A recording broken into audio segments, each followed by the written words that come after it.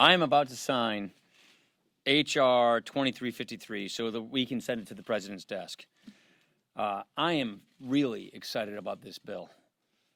This is a big piece of our Better Way agenda. This provides for a complete overhaul of our career and our technical education system.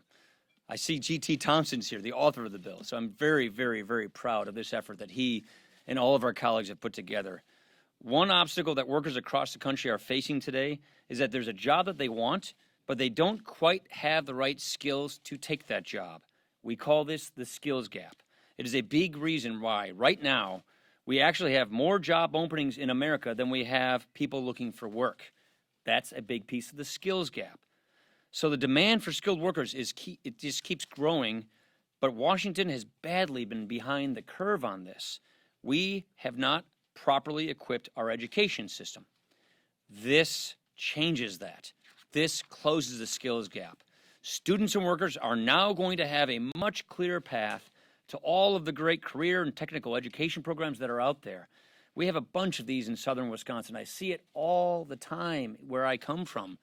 Great careers, great jobs are being offered. People need work, but they don't have the skills to get these careers and jobs. This closes that gap.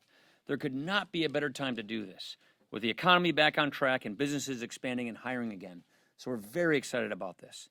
Now, this didn't get a lot of headlines. This did not get a big splashy news story. This wasn't a ticker on the TV. This was not on the front page.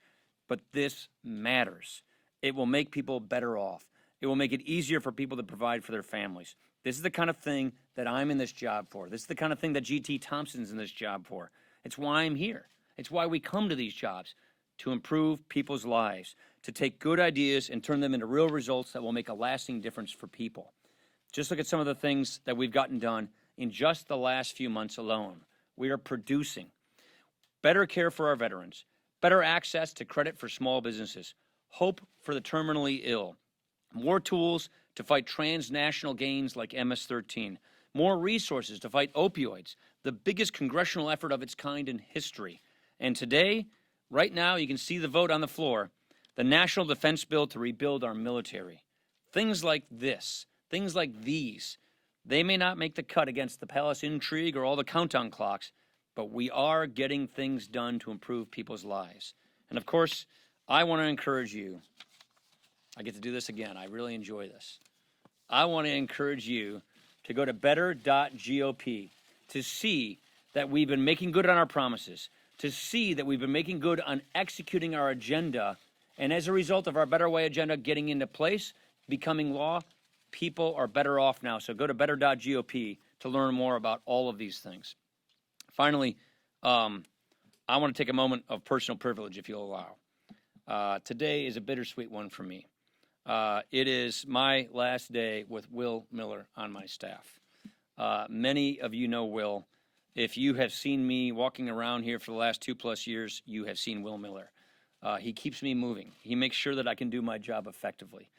He's going off to business school, and I'm really happy for him because he has got a great future ahead of him. But this young man has made my life better, my speakership better. He's dependable, he's unflappable, and he just has a really nice way about him. I know many of you know him. So I just want to say to Will Miller, thank you very much for all that you've done for all of us here. Really appreciate it. And with this, I'd like to sign this bill.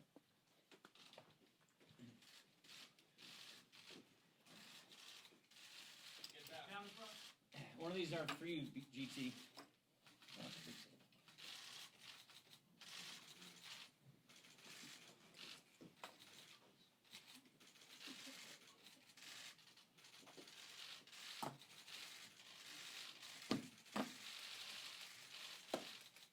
Do any of you have any questions? Manu. Mr. Speaker, is it appropriate for your colleagues to try to impeach Rod Rosenstein? And it's also, is it appropriate for them to seek documents that are directly pertinent to an ongoing investigation, the Mueller investigation? Well, let me step back. First of all, it is appropriate that we conduct oversight of the executive branch and that we get full compliance with the executive branch on what are very legitimate document requests. Do I support impeachment of Rod Rosenstein? No, I do not. I do not for a number of reasons. First, It takes I don't think we should be cavalier with this process or with this term. Number one. Number two, I don't think that this rises to the level of high crimes and misdemeanors, a really high standard.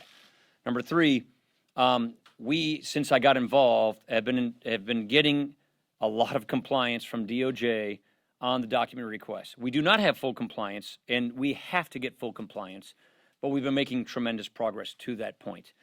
The second reason why I think that is not the right way to go is because knowing the Senate procedures and the rules over there, this is about as privileged as anything gets over there. It's one of the most privileged things that occurs in the Senate.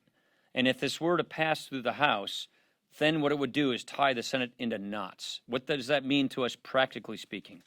That means it would derail or largely delay a big part of our agenda, our appropriation bills, our infrastructure bills, and it would clearly dramatically delay the confirmation of Brett Kavanaugh to go to the Supreme Court, which we expect to get done by October 1st when the Supreme Court reconvenes.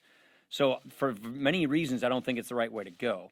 But we do expect compliance. We want to make sure that we get compliance, and we look at all the various tools we have available, including having the kinds of dialogues we've been having recently in order to get compliance from DOJ. Oh, well, so we have a process. We have a process with DOJ on that. We have a process with DOJ on the documents, and the special counsel gets involved when some documents might be in their purview and could compromise their investigation. Those documents do not come. So we have a process with DOJ to make sure that we deconflict any of these matters. Yeah. So on that front, given what you just said, did you try to discourage your colleagues from taking this step? Do you view this as a legitimate effort or as a stunt? Look, I think they know how I feel about this. We all want to make sure that we get compliance, and different members have different beliefs on how best to go achieve those goals, but we want to make sure that we get compliance from DOJ with our document requests. We've gotten a great deal of progress on the compliance, but we do not have full compliance, and we expect to get that. One of those colleagues of yours who brought... You guys want to talk about the Better Off Now? Right after this question. Okay, you wrote it. One of your colleagues that brought those articles of impeachment, Jim Jordan, will announce shortly, we understand, that he's running for Speaker of the House. Has he shared those plans with you, and could you support Jim Jordan for Speaker? I'm not going to be here. I support Kevin McCarthy, everybody knows that, and I'm not going to be here, and he has not talked to me about that. Bonus. Mr. Speaker, yesterday you addressed these interns and you asked them to rediscover their common humanity and treat other people with respect. I want to ask you, one of your colleagues in the House, Jason Lewis, there's been some reports about in his prior life before coming to Congress, he was a talk show host. He said some very, in some people's minds, disrespectful things about women and African Americans, saying the latter had an entitlement mentality, and that women, he lamented that women couldn't be called certain words.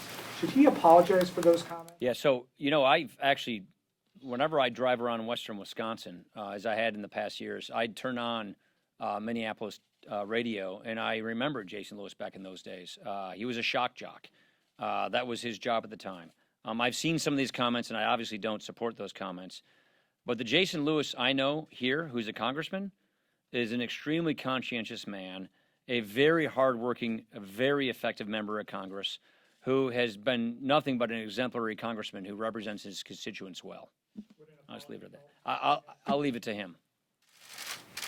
Thanks, Mr. Speaker. When the House returns in September, there'll be just 19 days before the midterm election.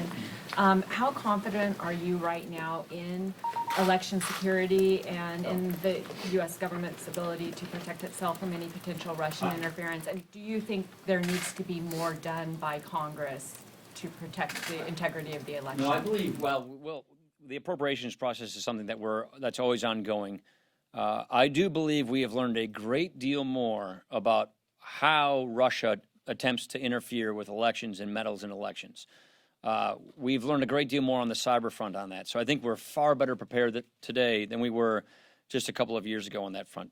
Number one. Number two, we got to make sure that we have the right kind of information sharing with states, with secretaries of states, and with anybody else that could see a cyber threat from Russia, including our allies, by the way, when they have their own elections.